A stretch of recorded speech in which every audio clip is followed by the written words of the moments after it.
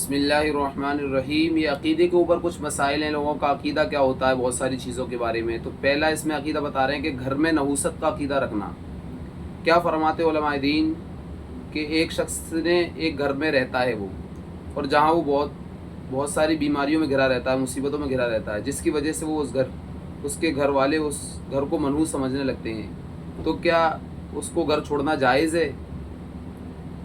تو دیکھو، جواباً عرض اس میں ہے کہ انسان پر جتنی مصیبتیں و پریشانی آتی ہیں وہ اللہ کی مشیت اور تقدیر کی وجہ سے آتی ہیں، اس میں کسی چیز کا براہ راست دخل نہیں ہوتا۔ لہٰذا یہ عقیدہ رکھنا کہ اس گھر کی وجہ سے ہمارے اوپر پریشانی و مصیبتیں آ رہی ہیں، یہ قطعاً غلط ہے۔ تاہم اگر کسی کو گھر میں رہنا پسند نہ ہو تو وہاں سے منتقل ہونا اس کے لیے جائز ہے، لیکن گھر کے بارے میں آدمی یہ عقیدہ رکھے کہ میں اس گھر میں رہ رہا ہوں، یہ گھر میرے لیے منحوس ہے، اس گھر میں کیا ہے، میں برکت، اس گھر میں میرا بچہ بیمار ہو جاتا ہے، میں بیمار ہو جاتا ہوں، یہ گھر میں نحوست ہے، تو نعوذ باللہ ایسا کچھ بھی نہیں ہے۔ جو مصیبتیں جو تکلیف آتی ہیں صرف وہ اللہ رب العزت کی ذات کی طرف سے ہی، اللہ کا حکم ہوگا جب بھی وہ بیمار ہوگا، اللہ کا حکم ہوگا جب بھی اس پر پریشانی یا کوئی بھی بات آئے گی۔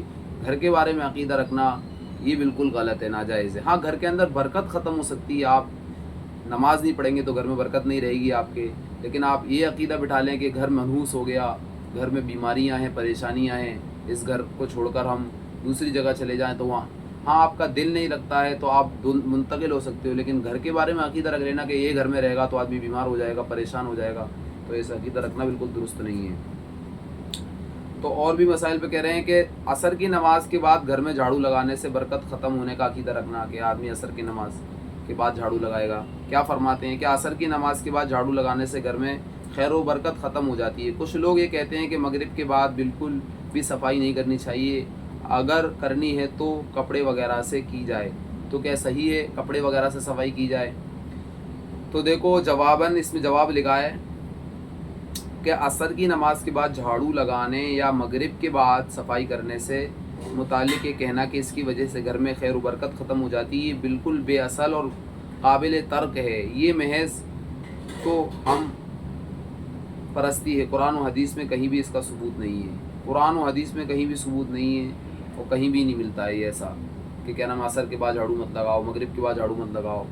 بالکل یہ عقیدہ رکھنا غلط ہے، گناہ کبیرہ ہے۔ جب بھی انسان کو صفائی کی ضرورت پڑے تو اس کو چاہیے کہ وہ صفائی کرے، صفائی کا اہتمام رکھے، ایسا کچھ بھی نہیں ہے۔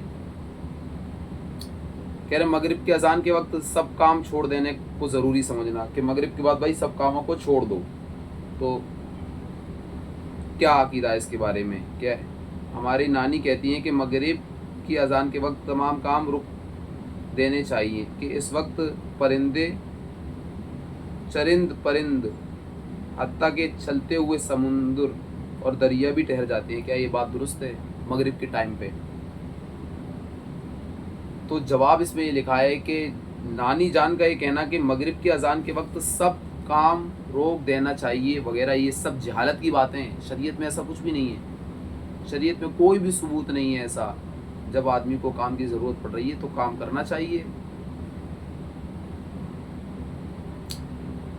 اور دوسرا اور عقیدہ بتا رہے ہیں آگے، کیا عصر اور مغرب کے درمیان پانی پینا منع ہے؟ عصر کے درمیان پانی نہیں پی سکتے آپ۔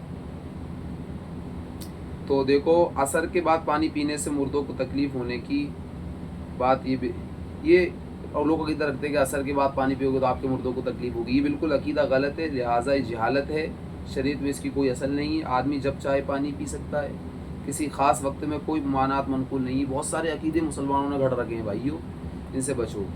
دو لڑکیوں کی شادی ایک ساتھ کرنے کو برا سمجھتے ہیں، اس کے بارے میں بھی لکھا ہے۔ لوگ عقیدہ رکھنے کو دو لڑکیوں کے ایک ساتھ شادی کرنے سے ایک خوش رہتی ہے اور دوسری پریشان رہتی ہے، یہ بالکل بے اصل باتیں، گناہ کبیرہ ہے، ایسا کچھ بھی نہیں ہے۔ آپ دو کی ساتھ کر سکتے ہیں، تین کی ساتھ کر سکتے ہیں، چار کی ساتھ کر سکتے ہیں، 10 کی ساتھ کر سکتے ہیں، کوئی حرج نہیں ہے، جتنے چاہیں آپ نکاح کر سکتے ہیں۔ یہ بہت سارے عقیدے ہیں۔ کہہ رہے ہیں سفر کے مہینے کو برا سمجھنا اور اس میں نکاح کرنے سے باز رہنا۔ سفر کے مہینے میں نکاح نہیں کرتے، محرم کے بعد جو سفر کا مہینہ آتا ہے، اکثر لوگ سفر کے مہینے میں نکاح کرنے کو منع کرتے ہیں اور سفر کے مہینے کو اچھا نہیں مانتے۔ کیا سفر میں کسی صحابی یا نبی کا نکاح ہوا ہے؟ اگر ہوا ہے تو جواب میں اس کا ذکر۔ تو سفر کے مہینے کو دیکھو، جواباً عرض ہے، سفر کے مہینے کو برا سمجھنا اور اس میں نکاح وغیرہ کرنے سے رکنا اس وجہ سے ہے کہ یہ مہینہ اچھا نہیں ہے، جاہلیت والا عقیدہ ہے، یہ جاہلوں والا عقیدہ ہے، ایسا کچھ بھی نہیں ہے، اس سے احترام لازم ہے، اور اس مہینے میں کسی صحابی یا نبی کے نکاح کی صراحت نہیں ملتی، نکاح ہوئے بھی ہوں گے نہیں بھی ہوں گے، اس میں کوئی وہ نہیں ہے۔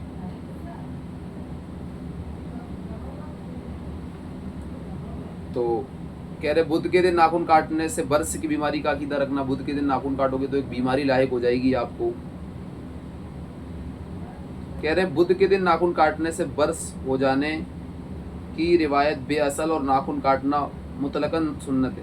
یہ تو غلط روایت اگر بیان کرتے ہیں تو یہ غلط ہے بالکل، ایسا کچھ بھی نہیں ہے، اس میں کسی دن کی اور کیفیت کی قید لازم نہیں ہے، جس دن آپ کو ناخن کاٹنے کی ضرورت پیش آئی آپ ناخن کاٹیں۔